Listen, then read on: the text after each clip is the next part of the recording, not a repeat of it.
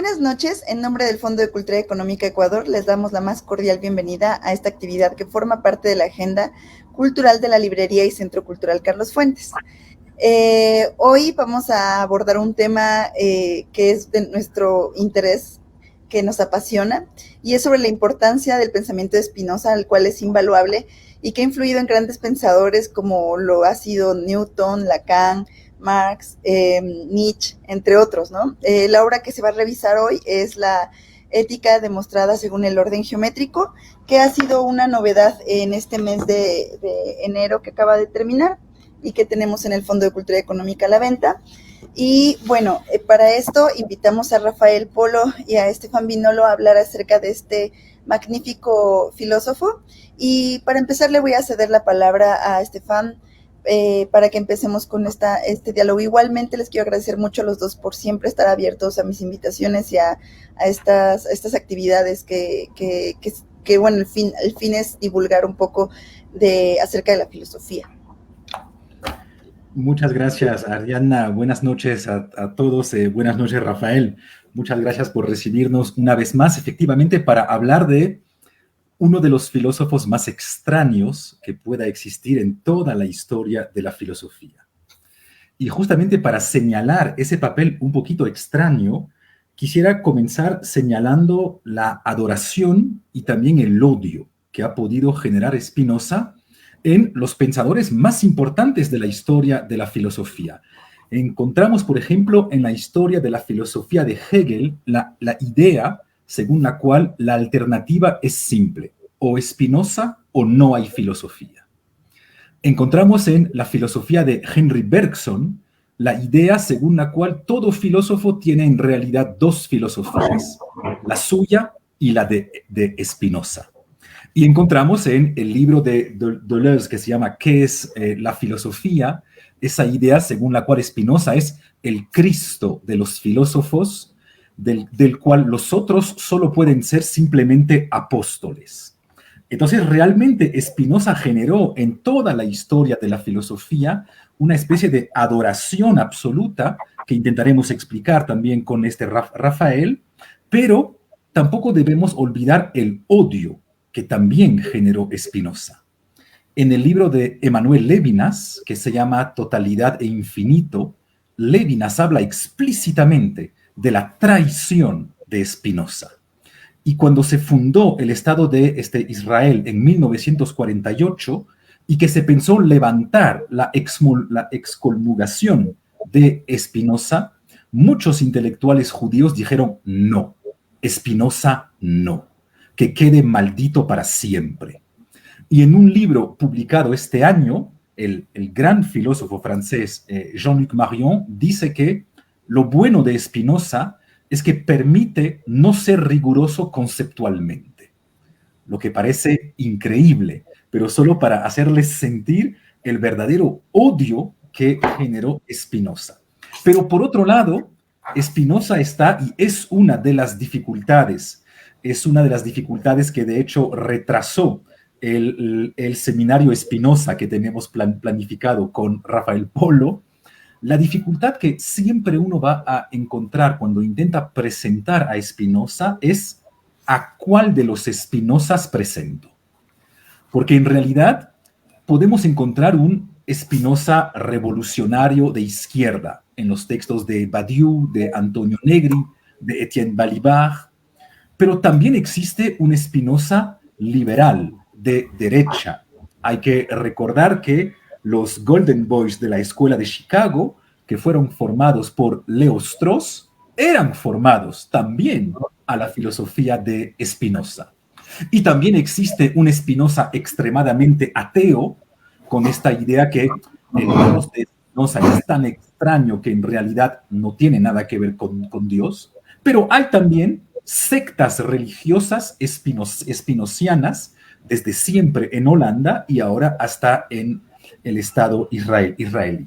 Es decir, que hay una especie de ocupación de todo el espacio por la filosofía de Spinoza, y bien entendemos cómo esta omnipresencia pudo generar a la vez tanta admiración y sin embargo también tanto odio. Buenas noches, Adriana, Estefan. Buenas noches a todos los que nos están escuchando y a todas también. Bueno, Spinoza es el radical puro, como lo dice Alain, un biógrafo de Spinoza de los años 30 de Francia, y también como lo sostiene Jeremy Yahoo Jovel, ¿sí? Spinoza pues, es el filósofo más radical de todos los tiempos en el terreno de la filosofía, porque a la vez que es riguroso conceptualmente, pues en la ética, el libro del cual nos vamos a hablar hoy, realiza una exposición extremadamente rigurosa, una exposición geométrico-matemático para demostrar, para desarrollar una ontología del ser humano. También, sin embargo, a pesar de su rigurosidad, es uno de los filósofos más asequibles para aquellos que quieren sentarse a leerlo, ¿sí? Y eso genera muchos problemas, porque no tenemos varios manuales de cómo leer a Spinoza, y sin embargo, cada uno de nosotros, cuando atraviesa sus obras, ¿sí?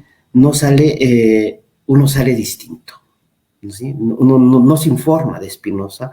Spinoza le lanza a pensar de modo radical contra la trascendencia, contra la necesidad de desobedecer a la moral. Yo siempre prefiero un Spinoza amoralista, inmoralista, desobediente, que me plantea la necesidad de pensar la política no desde la razón de los códigos y del gobierno, sino mostrar la política que también está contaminado por las pasiones y los deseos. Quizás, como han señalado algunos filósofos, entre ellos el argentino Gregorio Kaminsky, habría que buscar que en el filósofo subversivo tiene que ver por poner en el centro de la razón el problema del deseo y de la pasión. O sea, romper esa idea del moralista que se hace del ser humano despojado de sus pasiones, despojado de sus impulsos vitales, despojado de sus deseos, no es nada más que entrar al terreno de una moral institucional, de una moral que sirve al poder y de una moral que se impone para la obediencia. Dicho esto, yo quería leer, bueno, tempranamente Baruch de Spinoza es expulsado de la comunidad judía, ¿sí? Se lo proscribe a la edad de 24 años y se escribe, ¿sí? Quiero leer el texto de la excomunión que se dicta el 27 de julio de 1656, ¿sí? En la comunidad portuguesa de Ámsterdam, en el libro comunitario del registro, se puede leer lo siguiente. Los caballeros de la Mahat, el consejo rector, le hacen saber que conociendo desde hace cierto tiempo las malignas opiniones y obras de Baruch de Spinoza, se han esforzado por varios medios y promesas en apartarlo de sus malas costumbres, y no siendo capaces de remediarlo, sino al contrario, recibiendo cada día más noticias sobre las horribles herejías que practica y enseñó, y las abominables acciones que cometió, y teniendo en esto muchos testimonios fiables, todos dados en prueba del dicho Spinoza que los concibió, y habiendo examinado todo esto en presencia de los caballeros rabinos, resolvieron con el consentimiento de ellos que el dicho Spinoza sea sometido al gerent, a la proscripción y proscrito de la nación de Israel, como en verdad proclama el siguiente herén. Por decreto de los ángeles y la palabra de los santos proscribimos, separamos, maldecimos y anatemizamos a Baruch de Spinoza con todas las maldiciones escritas en la Torah. Maldito sea de día y maldito sea de noche, maldito en su reposo y maldito en su vigilia, maldito en su acercarse y maldito en su entrar. Y no quiere el Señor perdonarlo, y ardan en él la ira y el celo del Señor. Y los que fuisteis fieles a vuestro Señor, hoy estáis vivos. Prevenimos que nadie puede tener con él contacto oral o escrito, ni hacerle favor, ni estar con él bajo el mismo techo, ni leer papel que haya hecho o escrito. ¿Por qué desencadenaba tanto odio Spinoza?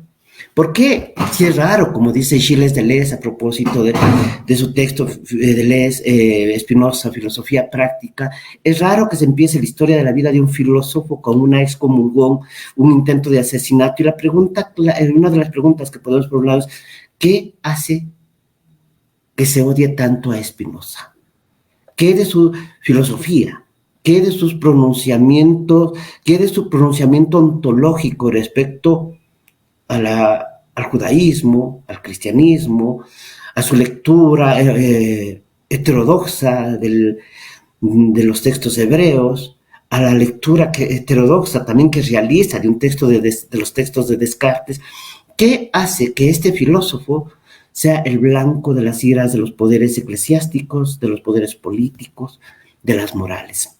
Esto es parte de nuestra discusión el día de hoy. Estefan. Sí, ya. Entonces, quisiera tal vez intentar contestar o comenzar a contestar a la pregunta que planteas, Rafael. Me parece que la gran revolución de Spinoza es que de repente surge una nueva manera de hacer filosofía. Es decir, que normalmente en los diferentes sistemas explicativos del mundo se suele tomar como paradigma la mente humana o la experiencia humana y proyectar esta experiencia humana sobre el mundo de la naturaleza. Es lo más común, es el antropomorfismo más simple, por eso podemos decir que las nubes lloran o que el volcán sufre, etcétera, etcétera. Es decir que normalmente el modelo explicativo del mundo siempre es el ser humano. Y Spinoza invierte esta relación. Spinoza nos dice de repente, no, el verdadero modelo a partir del cual debemos comenzar a pensar es el cuerpo. Es decir, no vamos a psicologizar a la naturaleza, sino que vamos a hacer exactamente lo contrario. Vamos a intentar naturalizar al ser humano. Tal como dice Spinoza en una de sus frases más famosas, el hombre no es un imperio en un imperio. No es que exista el imperio de la naturaleza que funciona según las causalidades físicas y que nosotros, como sujeto cartesiano, estemos ahí con esta voluntad y esta libertad que desencadena nuevas cadenas causales. No. La vida humana, la mente humana, el deseo humano también se debe explicar, tal como dice el mismo Spinoza, tal como si los deseos humanos, las emociones humanas, pues fuesen círculos, cuadrados o rectángulos. Es decir que el modelo que plantea Spinoza en la filosofía es probablemente el modelo que más toma como paradigma a los problemas del cuerpo y al funcionamiento de los cuerpos. Por eso probablemente ha sido una de las razones por las cuales ha sido tan admirado intentar relocalizar al ser humano dentro de su entorno, pero a la vez tan odiado, pues al decir que el deseo, los encuentros, lo bueno y lo malo, también funcionan según las leyes normales o según las leyes de la física. Me parece que es importante lo que acabas de decir, porque eso también nos permitiría comprender por qué Spinoza regresa a la filosofía en los años 60 del siglo pasado, y hay una nueva lectura de Spinoza, por ejemplo, en lo que fue el movimiento de mayo, del mayo del 68, ¿no? Que en realidad es un movimiento global, ¿sí? Que se expresa en algunas ciudades y que retornan al cuerpo, ¿no? Que recuperan el cuerpo, que recuperan el erotismo, que recuperan el deseo, como aquello que puede hacer temblar a los poderes, como aquello que puede hacer temblar a la razón matemática, a la razón técnica, a la administración del capital sobre la vida, ¿no es cierto? Y uno de esos hechos es justamente la renuncia a la trascendencia. Recuperar el cuerpo, reconocer su finitud, reconocer que es un lugar en permanente composición y descomposición de encuentros y de relaciones, genera sin duda alguna, ¿sí?, una duda sobre la trascendencia. Spinoza es el radical, absolutamente radical, contra la trascendencia. No hay nada trascendente. La vida humana, la vida natural se explica desde el mundo de la naturaleza y la vida humana debe también ser explicada desde el mundo de la naturaleza. No hay principios separados, como bien anotas tú, en la naturaleza y en la historia, sino, digamos, principios análogos, correlativos, y eso hace que el hombre no debe estar sobre la naturaleza, ni la naturaleza debe estar sobre el hombre, que se expresan también en esta idea del paralelismo del cuerpo y y la mente, ¿no es cierto? La mente no está sobre el cuerpo, ni él como pregona fundamentalmente los discursos religiosos, teológicos, ni el cuerpo debe estar sobre la mente como pregona el sensualismo. Al contrario, lo que le pasa al cuerpo le pasa a la mente, y lo que le pasa a la mente le pasa al cuerpo. Por lo tanto, el ser humano es un ser que se articula, que genera, que vive permanentemente generando encuentros, que se producen los desencuentros. Sus decisiones no son plenamente suyas. Es uno de los primeros en plantearnos esta idea de que hay una serie de decisiones que no pasamos necesariamente por la conciencia, pero que sin embargo, ¿sí?, se imbrican en el mundo de las composiciones con los cuerpos de otros, ¿no es cierto? Segundo, los seres humanos, Spinoza lo que hace en la ética, por ejemplo, y por qué me gusta la ética, porque es una ontología del comportamiento humano.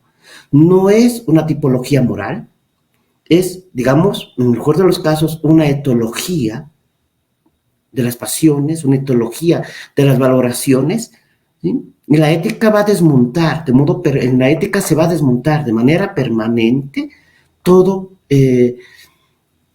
signo de trascendencia. Y sin embargo, ¿sí?, ese desmontaje, algunos lo leen como el lugar visible, más bien de la propuesta de lo trascendente en la vida del hombre con respecto a Dios, a lo divino. Spinoza, además, no solamente que busca desmontar el modo en cómo operan las pasiones y los comportamientos, ¿no? Hoy que está de moda hablar de los comportamientos, sería bueno recuperar a Spinoza y decir, hay que describir sin normalizar, hay que observar sin moralizar, y mostrar que lo que ya muestra Spinoza, la moral persigue, la moral censura, la moral prohíbe el pensamiento, la moral no permite el diálogo, porque la moral está hecha para la obediencia, ¿sí? Y lo que se obedece, ¿sí?, son los dictámenes, y la obediencia no requiere de reflexión, ¿sí? La moral no sirve para el pensamiento. Por eso su texto es una propuesta de ética, una ética que está del lado de la vida, ¿sí?, que está del lado de la vitalidad. Se trata de contemplar, actuar sin moralizar. Hay dos puntos muy importantes, me parece que señalaste, Rafael. Primero, hay en Spinoza un gesto que es un poco único en la historia de la filosofía, que es la tentativa de hacer una ontología sin metafísica, puesto que, por definición, no hay nada meta, no hay nada metafísica, no hay nada más allá de la naturaleza. Entonces, ¿qué tanto podemos pensar esta ontología completamente inmanente, sin metafísica? Y efectivamente, tal como señalabas, este modelo del cuerpo, y ahí podríamos al contrario pensar por qué generó tanto entusiasmo Spinoza en la historia de la filosofía. La leyenda cuenta que Goethe, la primera vez que leyó la Ética de Spinoza, se encerró en su casa para llorar una semana. Y podemos entender por qué. Es por probablemente el carácter vitalista que señalabas, esta especie de potencia de la vida que encontramos en todas las cosas singulares, a tal punto que Spinoza presenta una concepción de la vida y de la muerte absolutamente genial y que está en ruptura con casi toda la historia de la filosofía. Solemos pensar, por decirlo rápido, de Platón a Heidegger, que la muerte forma parte de la vida, que de cierta manera la muerte está inscrita en la finitud humana.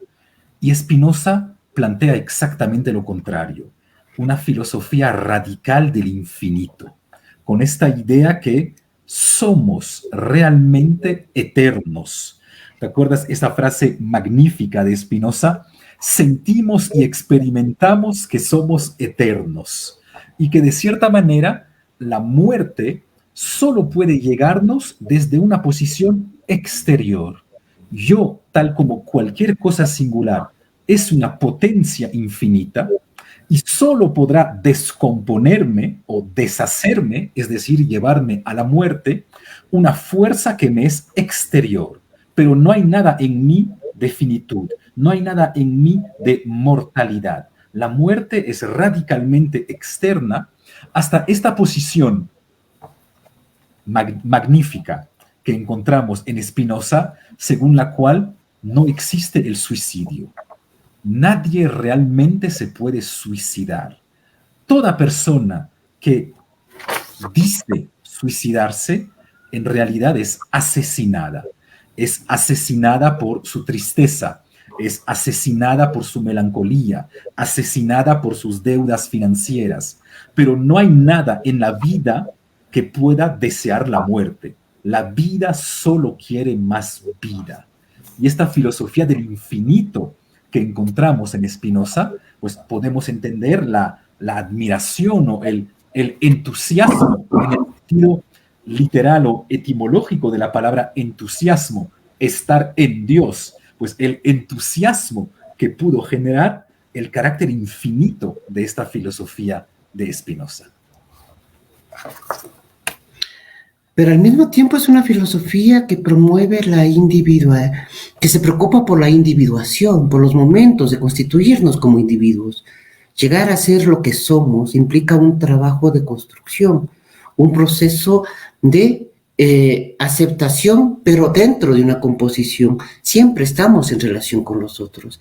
Y este estar con relación con los otros, ¿sí?, nos contamina o les contaminamos. Y cada una de esas contaminaciones puede generar que se incremente la alegría, el cuerpo del otro me hace bien, o nos genera la tristeza, el cuerpo del otro me intoxica, su presencia me daña, ¿no es cierto? Y eso hace que en Spinoza podamos encontrar también un reconocimiento de la importancia de ser individuos. Y ahí tenemos los 3 grados de la individualidad planteadas por él, ¿no es cierto? Las 3 ideas de construirnos como individuos que coinciden también con sus 3 grados sobre lo que es el conocimiento. O sea, no podemos, toda filosofía, lo sabemos, ¿sí?, lleva consigo también una antropología.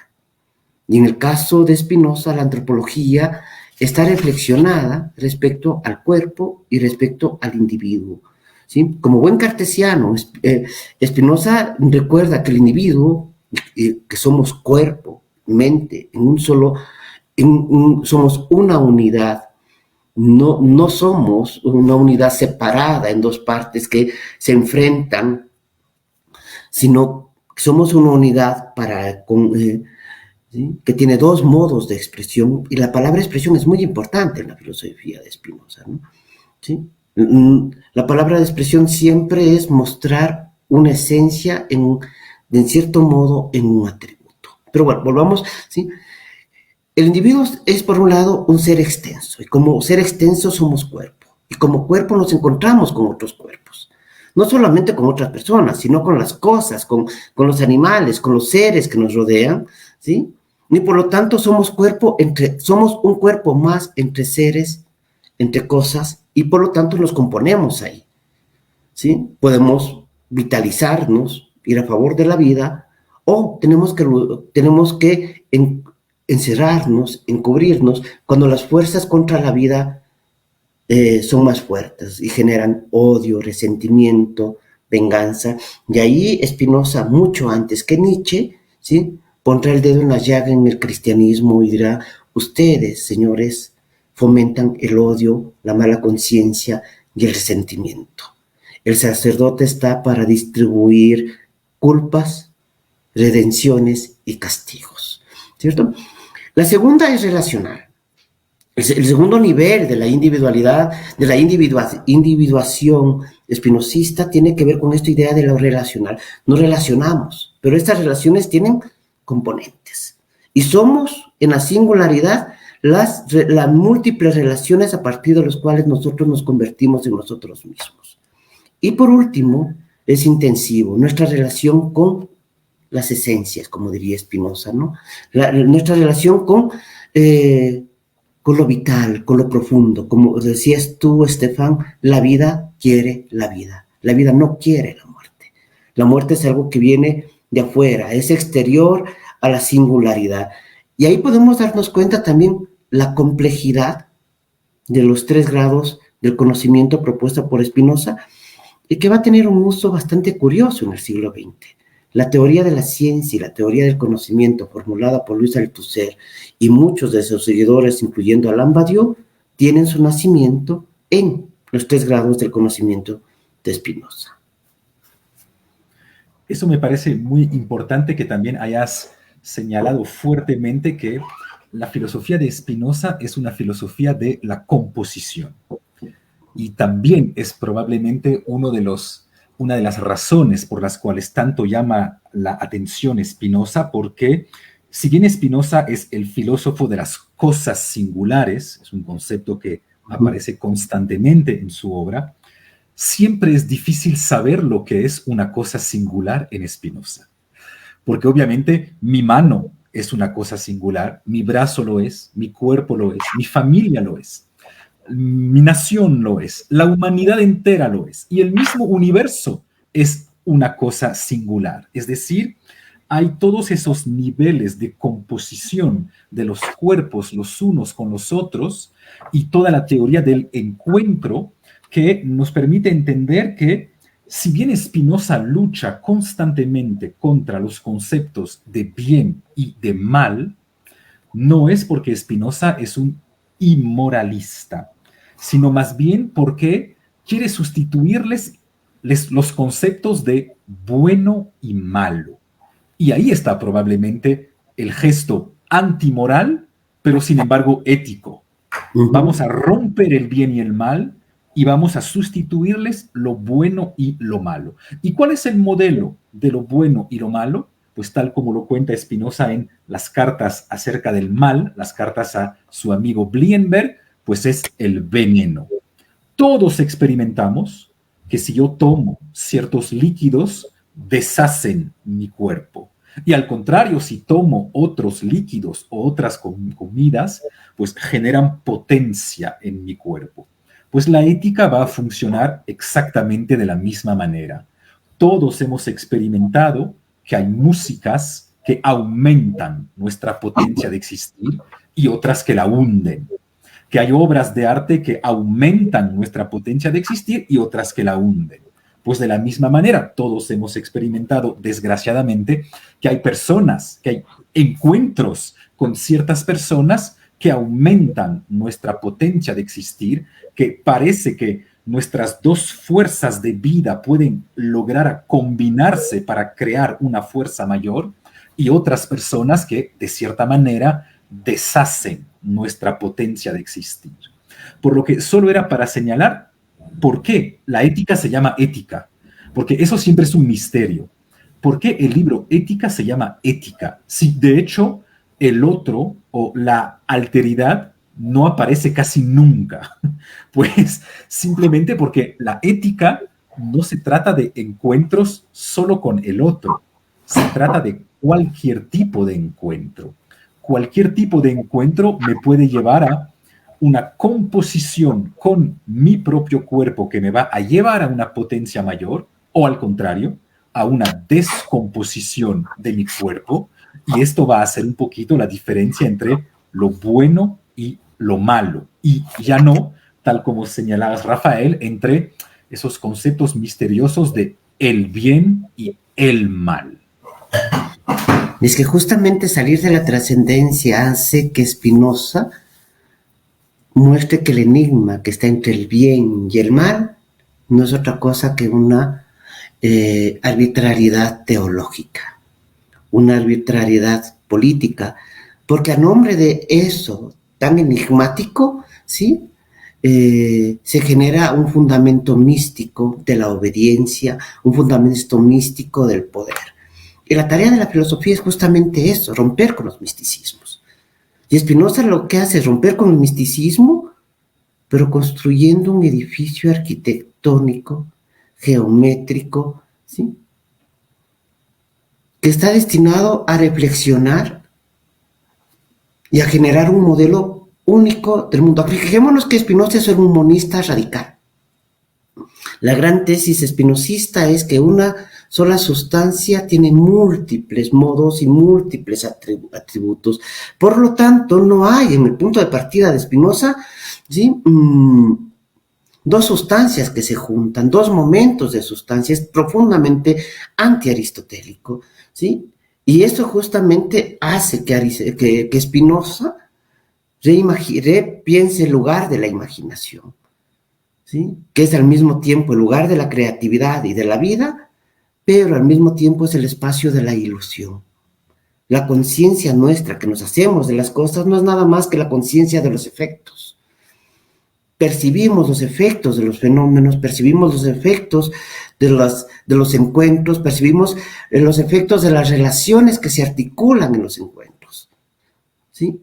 Y eso hace que nuestra percepción genera ideas inadecuadas. Percibimos los efectos, pero no comprendemos las causas. Y eso genera una ilusión, ¿cierto? Señalada mucho por Deleuze, pero señalada por muchos otros autores. ¿De qué ilusión se trata? De que en la percepción de que podemos percibir la verdad. No, la verdad no la podemos percibir. La verdad podemos intuirla, ¿sí? Podemos sospecharla, pero no la podemos percibir. Y la intuición, que es el tercer grado del conocimiento, podríamos incluso decir, de alguna manera, ¿sí? La intuición se soporta en el conocimiento, en el segundo grado del conocimiento.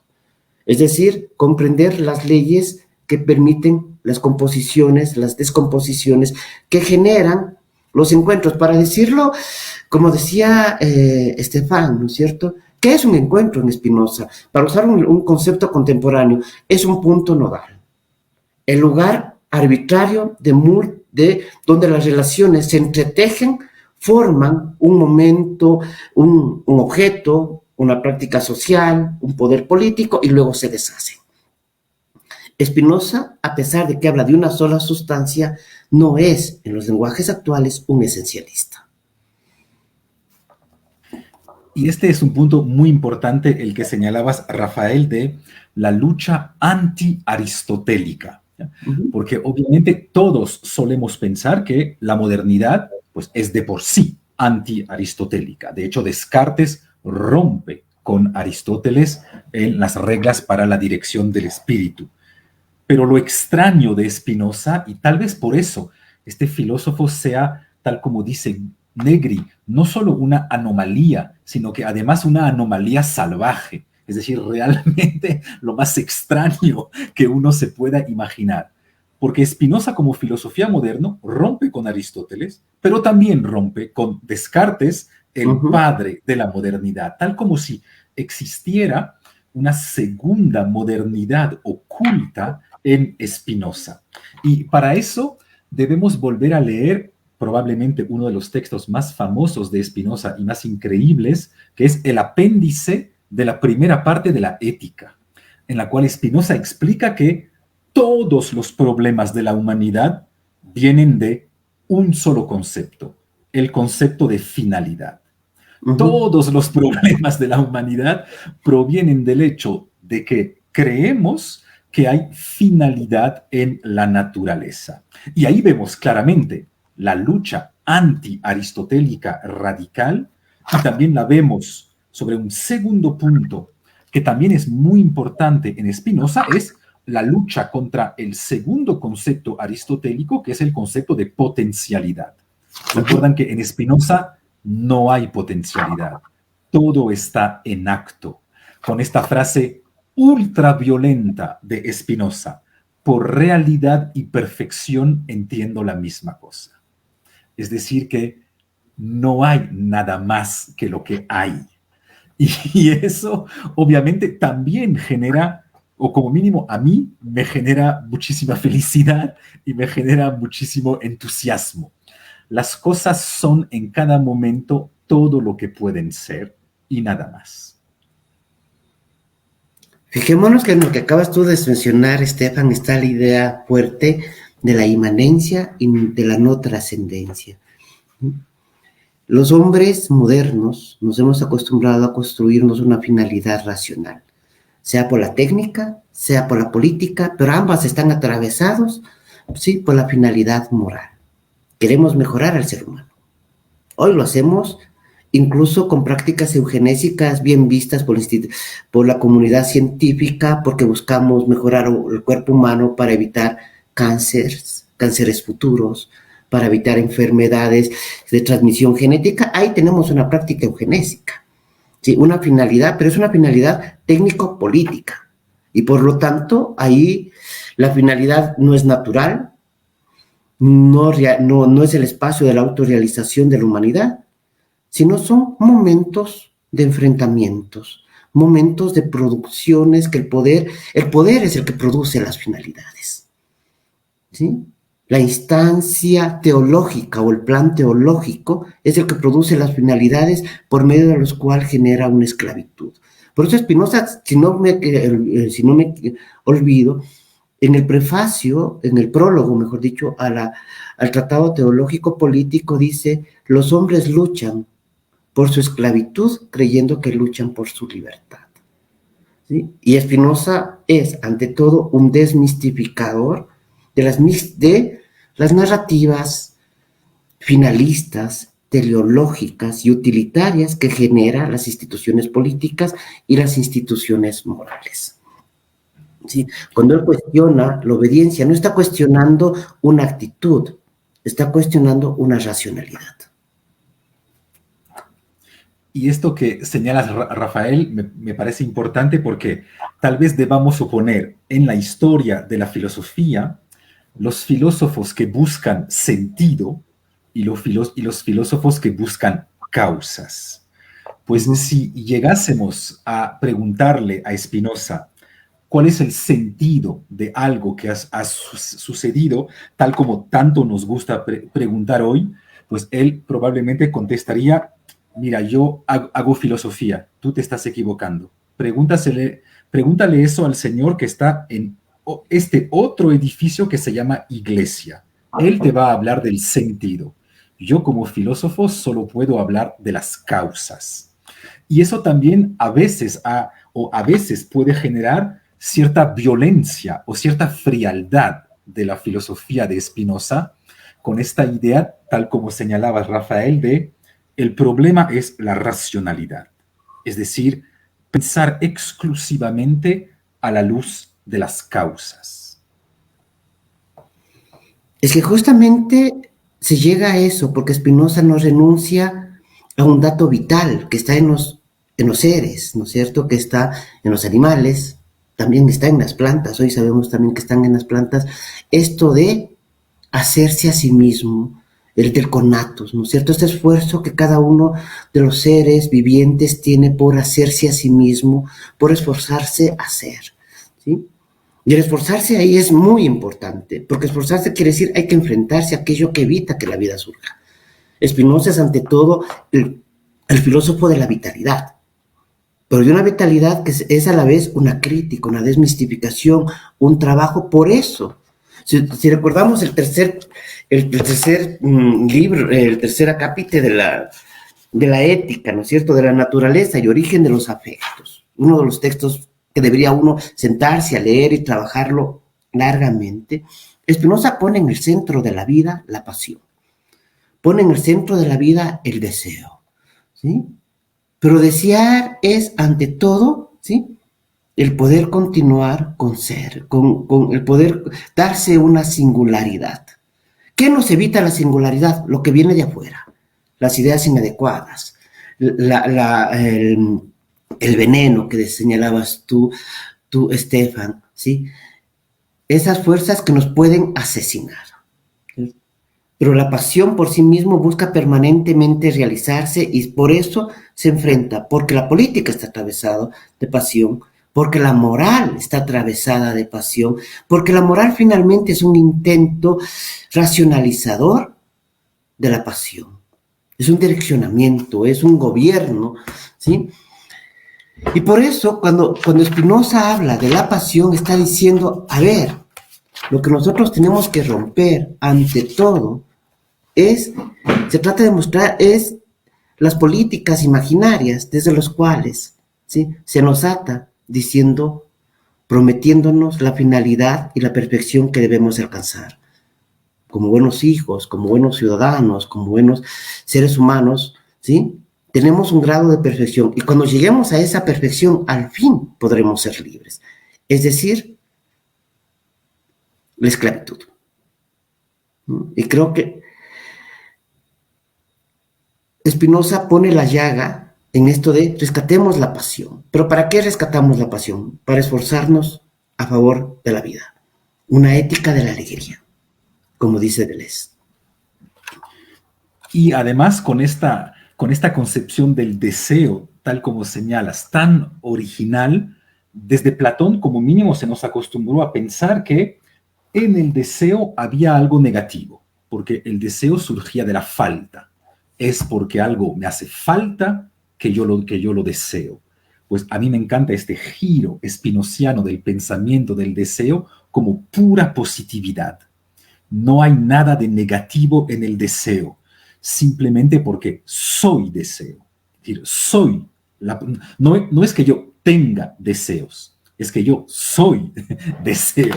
Y ese deseo que es pura positividad se puede también o se refleja en una de las frases más provocadoras, por un lado, de Spinoza, pero que también más increíble me parece, con esta idea según la cual el sabio nunca piensa en la muerte y que toda su meditación es una meditación de la vida. Cuando tantas filosofías oscuras, idealistas, nos han acostumbrado a pensar que hacer filosofía es pensar sobre la muerte, es decir, es pensar sobre la negación de la vida. Pues Spinoza dice exactamente lo contrario. El sabio spinoziano no pierde tiempo a pensar en la muerte. Toda su meditación es una meditación de la vida, en tanto que movimiento infinito de cada uno de nosotros. Y eso, me imagino que cada uno de nosotros puede hacer esta experiencia spinoziana y, de cierta manera, intentar responder a esta frase que a mí siempre me pareció muy misteriosa en Spinoza. Esa idea según la cual sentimos y experimentamos que somos eternos. Pues yo les invito a sentarse sobre una playa cuando cae el sol, miran el horizonte y probablemente van a hacer esta experiencia spinoziana que muchos hemos hecho, que es de decirnos, pero obviamente que soy inmortal. Obviamente que soy inmortal porque no solo estoy compuesto de cosas singulares que forman lo que yo soy, pero porque también soy el componente de un organismo mucho más amplio. Y si bien las cosas singulares que me componen pueden deshacerse, no por eso van a salir de la gran totalidad, substancia, naturaleza, Dios, llámenme como quieran, de esta gran totalidad de la cual yo no era nada más que un pequeño componente. Es decir, que ahí me parece que podemos entender ciertas lecturas casi místicas de Spinoza, con esta idea que puedo experimentar la eternidad. ¿Ya? Por un lado, es algo que puede parecer conceptualmente loco, pero estoy seguro que mucha gente hizo esta experiencia de caminar por una playa, de estar en los altos de alguna montaña y de decirse, pero obviamente soy eterno, obviamente soy inmortal. La eternidad es lo que somos a cada instante. Y fíjate que esa idea, Spinoza lo hace en un momento, y quisiera aquí un poco salirme del texto de la ética, que solo eso requiere todo un seminario y es parte de lo que queremos hacer. Spinoza está diciendo esto en el momento en que se está elaborando el proyecto matemático de la dominación técnica del mundo. ¿Sí? Es en el momento en que el mundo moderno matematiza todo, hay que medirlo, hay que calcularlo, hay que racionalizarlo, hay que convertirlo en técnica e institución y llevar a cabo normalización de cuerpos, de subjetividades, y Spinoza le dice, no, ratito. ¿Sí? No podemos destruir la pasión. No podemos negarla moralmente, ni podemos controlarla racionalmente. Lo que podemos hacer con ella es comprenderla y ver cómo la pasión nos imbrica en mundos positivos o nos imbrica en mundos que nos dañan y nos contaminan. Por otro lado, ¿sí? Spinoza también está diciendo en un momento, ¿sí? Volvamos al cuerpo. Pero no es el cuerpo recuperado por los renacentistas y robado a la iglesia y que se exhibe en las grandes obras de Tiziano, por ejemplo, ¿sí? Sino es el cuerpo como algo que constantemente está componiendo relaciones y al mismo tiempo nos está hablando, somos cuerpo, no somos conciencia. Señor Descartes, no somos solamente conciencia que habita una extensión, somos cuerpo y la conciencia es corporal, ¿sí? Y eso hace que el territorio de las pasiones, ¿sí? Sea un territorio que constantemente nos está vinculando. Podemos tener una pasión por los atardeceres, o por una mirada, o por un libro, ¿sí? Pero al mismo tiempo tenemos que hacer que esa pasión se ejerza con libertad. Y Spinoza ahí es un duro crítico de las mistificaciones de los autoritarismos, ¿sí? Por otro lado, podemos encontrar en Spinoza a un demócrata radical. Pero llega a ser un demócrata radical no por el concepto político de democracia, sino por su defensa de las pasiones, su defensa de los deseos, ¿sí? Y ese es el núcleo que aún hoy sigue siendo duro de aceptar. Sí, tal como señalabas, es notable que en pleno siglo XVII, como mínimo un filósofo haya dicho, la democracia es el régimen absoluto en todo. Absoluto en todo significa que no hay nada después de la democracia. Ahora, claro, es una democracia un poquito específica, tal como señalabas. No es el concepto de democracia tal como se maneja hoy, ¿no? Y una vez más, ahí tal vez, justamente con esta idea de la democracia como régimen absoluto en todo, podamos ver la coherencia de Spinoza, porque al final, ¿la democracia qué es? El régimen de la composición de los cuerpos políticos y de la confrontación, de la fuerza de las composiciones de los cuerpos políticos, sin decir que uno moralmente está mejor que el otro. Una simple composición y descomposición cuantitativa de cuerpos. Y esa es probablemente uno de los misterios y de los retos más importantes que logra superar Spinoza, ser a la vez un filósofo ultramoderno, en ese sentido que es el filósofo más racionalista, más cuantitativo que uno pueda encontrar. Intenta cuantificar todo, hasta las mismas esencias, intenta cuantificarlas. Y sin embargo, tal como señalabas, Rafael, sigue siendo un filósofo del deseo. Y esta es probablemente esta modernidad subterránea de la cual tal vez podamos hablar, ¿no? El filósofo moderno, racional, la cantidad, la obsesión por cuantificar todo, pero siempre está ahí el deseo. Y ese es probablemente uno de los gestos más importantes de la modernidad, que también volveremos a encontrar en algunos de los textos de Nietzsche, tal como señalabas en introducción. De hecho, hay una carta magnífica de Nietzsche, que también es probablemente una experiencia que todos hemos hecho alguna vez, en la cual Nietzsche le dice a un amigo de él: desde que leí Spinoza, sé que no estoy solo. Es decir, cuando uno lee a Spinoza, por un lado es una lectura violenta, porque obviamente también nos dije, bueno, vamos a tener que dejar de mentirnos. Es decir, va a existir un trabajo de dejar de mentirnos, va a ser un poquito violento, ¿no? O sea, por ejemplo, van a tomar conciencia que si los triángulos tuviesen un dios, pues ese dios tuviese tres ángulos. Es decir, que hemos creado los dioses a nuestra imagen y semejanza y no lo contrario. Hay un lado violento de la filosofía de Spinoza, pero me imagino que tal como lo experimentó Nietzsche, todos podemos decir, cuando cerramos la ética, podemos decir, sé que ya no estoy solo. Y al final eso es lo más importante, tal vez, en una filosofía. Pero también es importante, como lo que tú señalas, es esfuerzo constante de domesticar la pasión, de domesticar el deseo a través de la ilusión del finalismo. ¿Sí? El ser humano tiene que llegar a un final dado por el mundo sagrado, dado por la naturaleza o dado por la historia. No, el finalismo no existe. ¿Sí? El finalismo, nosotros nos armamos el finalismo porque es una forma de hacer vivible lo invivible. ¿Sí?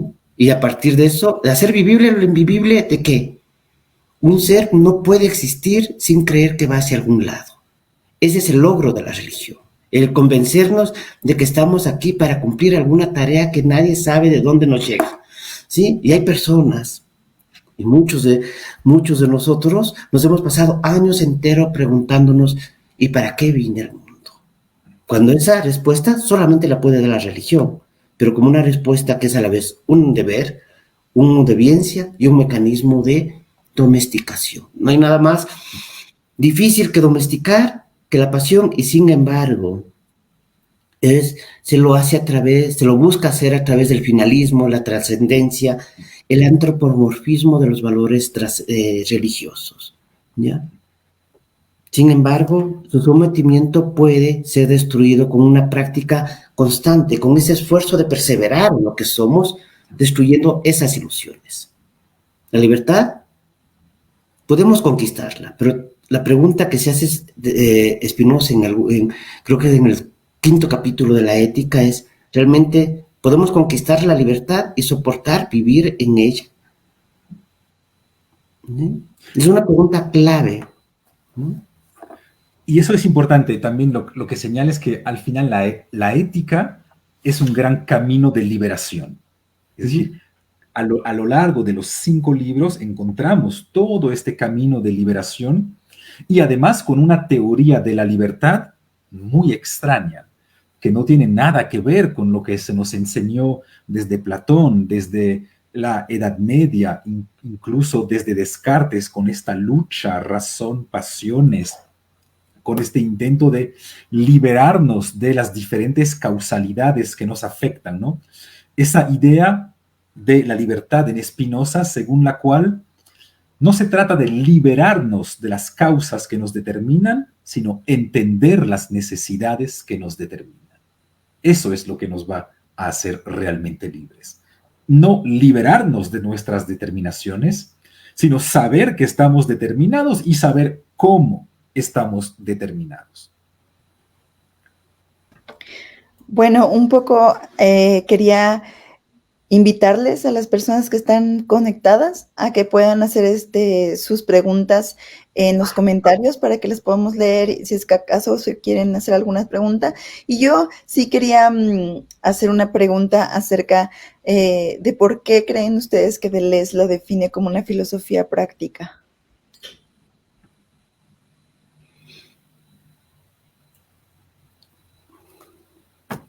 Spinoza no separa comprender la vida de producirse en la vida. Es una filosofía de la existencia, mucho antes que llegue Kierkegaard o Sartre, ¿sí? ¿Sí? Se pregunta, somos ante todo seres que existimos, y en existencia no hay esa separación entre lo racional y lo pasional, entre lo teórico y lo práctico, sino que ambas están imbricadas en cada una de nuestras acciones, en cada una de nuestras maneras de hacer las cosas, de hablar. Fijémonos que Spinoza es uno de los primeros en decir, el lenguaje está lleno de equivocaciones. Tenemos hábitos lingüísticos que nos acostumbran a ver mal las cosas porque las ideas están mal expresadas o porque las ideas están mal compuestas, y por lo tanto vemos también con el lenguaje. No solamente somos seres prácticos, somos seres que existimos, ¿sí? Por un lado. Y por otro lado también es una invitación que realiza Deleuze, ¿sí? A mostrar que la filosofía no es un acto de contemplación teórica.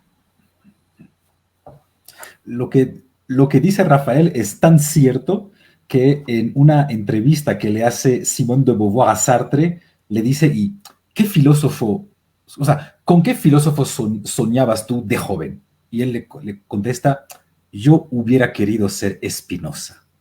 Entonces, el carácter o la carga existencial de la filosofía de Spinoza es inmensa y también probablemente es una filosofía práctica, o Deleuze puede decir que es una filosofía práctica por una razón conceptual profunda. A partir del momento en el cual ya no hay diferencia entre cuerpo y mente, sino que son dos puntos de vista diferentes sobre una misma realidad, ya no es tan fácil separar lo teórico de lo práctico, puesto que todo lo que sucede en un atributo también sucede en el otro. Por lo que, de cierta manera, y además como el modelo es el cuerpo, pues claro, es una filosofía práctica, conceptualmente, de por sí, por el mismo paralelismo. Y no olvidemos, así rápido, notación muy rápida, muy rápida. Sí, no olvidemos cuando Spinoza dice el modelo nuestro para pensarnos como seres que existimos es el cuerpo, está poniendo en duda la idea de un cuerpo ausente que se reencarna en los cuerpos presentes promovido por el cristianismo. Está poniendo en duda la resurrección. Pero también está poniendo en duda la llegada del Mesías. Es decir, por un lado, cuestiona lo judaico y por otro lado cuestiona el cristianismo, ¿no? Bueno, quería también aprovechar a invitar a nuestros asistentes a nuestro próximo círculo de estudio y discusión sobre textos de filosofía, en el que vamos a precisamente a trabajar la tercera parte del libro de Ética, que justo fue la que citaste, Rafael, que es del origen y la naturaleza de los afectos, con el profesor Sergio Pérez Cortés, que es PhD en filosofía. Es investigador en tiempo completo del Departamento de Filosofía de la Universidad Metropolitana en la Unidad de Iztapalapa, México. Y bueno, las inscripciones ya están abiertas, pueden verlo en nuestra página web, que es www.fce.es. Y también está en el Facebook, está el evento por si acaso quieren seguir pues leyendo, investigando, curioseando acerca de este autor. Me parece que sería una gran oportunidad si es que quieren entrar en este espacio como de lectura. Yo quisiera solamente como leer una cosita más, que justamente tenemos este libro igual en el fondo que estábamos platicando con Rafael, que él también lo tiene, que es un libro de texto de difusión filosófica, y que dice que, por ejemplo, André Comte dice: hay diversas estancias en la casa del filósofo, y la de Spinoza a mis ojos es la más bella, la más alta, la más vasta. ¿Qué le vamos a hacer si no somos capaces de habitarla por completo? Y también quería recomendarles que tenemos este texto igual, que es La nervadura de lo real, imaginación y razón, de Spinoza, que igual es un libro del Fondo de Cultura Económica, que tenemos aquí en la librería Carlos Fuentes y Miguel Donoso Pareja en Guayaquil. Y pues como ya vi que nadie se animó a preguntar, porque en realidad también es temeroso preguntar acerca de Spinoza, pues les cedo la palabra, pues, si es que acaso quieren agregar algo más para que podamos terminar con esta intervención, y nuevamente agradecerles por esta charla, que ha sido bastante interesante, y que bueno, al menos los comentarios que tenemos es que han estado bastante alegres, ¿no? Potenciando su existencia de alegría con esta charla. Bueno, me alegra que hayan llegado, si no es a la beatitud, como mínimo a la felicidad, que ya es un paso, que ya en Spinoza es un paso importante. Solo para cerrar, si me permite señalar que obviamente la lectura de la Ética es una lectura difícil, y sobre todo porque el libro 1 de la Ética es realmente difícil. Es decir, hay muchos conceptos ontológicos que vuelan por todas partes, es extremadamente difícil, pero por suerte tenemos muchas cartas de Spinoza, tenemos una gran correspondencia de Spinoza, y a las personas interesadas en Spinoza, yo les recomendaría comenzar o bien por el Tratado Teológico Político, que no es que sea fácil, pero es un poco menos difícil que la Ética, y también de leer muchas de las cartas de Spinoza, en las cuales constantemente está explicando y reexplicando su filosofía frente a diferentes objeciones. Siempre es bueno entrar también por la biografía, ¿no? O sea, yo sugiero que se pueda leer algunas biografías, tanto las que se escribieron en su momento. Hay una del siglo XVII, no recuerdo el autor, que en realidad es una biografía para decir por qué no hay que leer a Spinoza. Sí. Por qué no hay que seguir a Spinoza con una pasión y un odio que nos permite más bien comprender el amor profundo que sentía ese autor. Recordemos que en 1700 y parte de 1800 ser espinosista era peor que ser Maquiavelo, ¿no? Eso es uno, ¿no? O sea, lo segundo, lo que diría, bueno, hablar de Spinoza requiere de mucho tiempo, de mucho esfuerzo, pero al mismo tiempo requiere de un compromiso, ¿no es cierto? Ser capaz de ser materialista a lo Spinoza significa no contarse cuentos. Sí. Y uno tiene que reconocer que el texto de la ética, el primero y el son muy difíciles, y el tercero, uno nos puede enceguezar porque dice, al fin alguien le da la razón a la pasión, ¿sí? Y sin duda desde ahí podemos nuevamente realizar una lectura a las distintas empresas éticas contemporáneas, llamadas éticas o morales contemporáneas. Y eso es una invitación a leer para tener un ejercicio por la vida, pero sobre todo por la desmistificación. Claro, y además que puede ser como, por ejemplo, puedes ponerte a investigar mucho acerca del conatus, por ejemplo, ya con eso tienes como muchísimo para leer, o como en este caso que vamos a hablar solamente los afectos, es como ya también tienes mucho que leer, o solamente ver lo de la sustancia, así, es como que puedes pasarte mucho tiempo leyendo eso. Sabía que había una persona que leyó a Spinoza y que renunció, solo se dedicó a leerlo por años, así para entenderlo, así, y porque es como esta pasión que despierta también cuando lo lees, y que a veces parecería que es como una lectura fácil, pero en realidad, como bien dijiste, Estefan, así como solo lees la primera parte del primer libro de ética y ya te quedas como, wow, o sea, es como estarle ahí dando y dando todo el tiempo.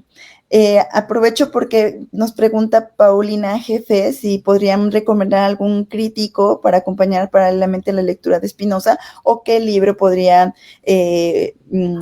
acompañar la lectura de la ética. Yuta. Yo diría, al menos hablaría de 3 autores, pero son 3 distintos. Sí. La primera brasileña, Marilena Chaui, sí, La Narrativa de lo Real, es un texto extraordinario. Sí que por otro lado, Etienne Balibar, Spinoza político, la idea de lo transindividual, ¿sí? Y, o sea, 2 textos, uno de Jonathan Israel, ¿sí? La ilustración radical, y sugeriría también leer un texto creo que es uno de los primeros textos que se escriben sobre Spinoza en el Ecuador, que es de Cristian David Gómez, Spinoza, mensajero de lo común. ¿Sí? Más allá ¿sí? Es un buen trabajo, es un buen esfuerzo, y Deleuze, ¿no? Sin duda alguna. Porque ahí tenemos 2 textos de Deleuze sobre Spinoza. El uno que es uno de los textos más raros que yo he leído sobre Spinoza. Sí, es verdad. El medio de Spinoza, ¿no? Y el otro, Spinoza práctico, ¿no? Que es el más asequible. Pero el otro es raro, es un texto raro. Sí, es probable. Seguramente el de Balibar sobre Spinoza y la política es un muy buen texto. Deleuze, yo tengo un poco más de reservas. Deleuze es un pensador genial, pero como todo pensador genial, en sus libros hay más de él que de Spinoza. Es decir, que es una lectura, es decir, es normal, o sea, todos los genios, pues obviamente leen a los autores desde su propia filosofía. Y hay un pensador español que también hace textos importantes sobre Spinoza y el judaísmo, que se llama Gabriel Albiac. Es un pensador que redactó un texto importantísimo que se llama La sinagoga vacía, sobre Spinoza y los marranos, un texto magnífico. Bueno, con eso creo que ya les dejamos con bastantes guías. Hay muchísimos libros de Spinoza. También muchos Spinozas, ¿no? Muchas lecturas de, como decías tú, o sea, por ejemplo, yo cuando empecé a estudiarlo, justo mis profesores decían como hincapié, bueno, vamos a leer el texto de Deleuze, pero recuerden que es el Spinoza de Deleuze, ¿no? Así. Es como importante tenerlo, pero también es muy buen libro el de filosofía práctica. Bueno, Es sin más, genial eso. sí. Bueno, sin más, les vuelvo a reiterar la invitación a que formen parte de este círculo de estudio, el banquete, que es este tema va a ser la definición de afectos en Spinoza. Vamos a leer justamente la tercera parte, que es del origen y la naturaleza en los afectos, con el doctor Sergio Pérez. Y esta actividad es el 22 de este mes. Y bueno, también estén atentos porque seguramente va a salir el seminario de Spinoza con aquí Rafael y Estefan. Y sin más, me despido y espero que tengan una buena noche. Buenas noches. Gracias.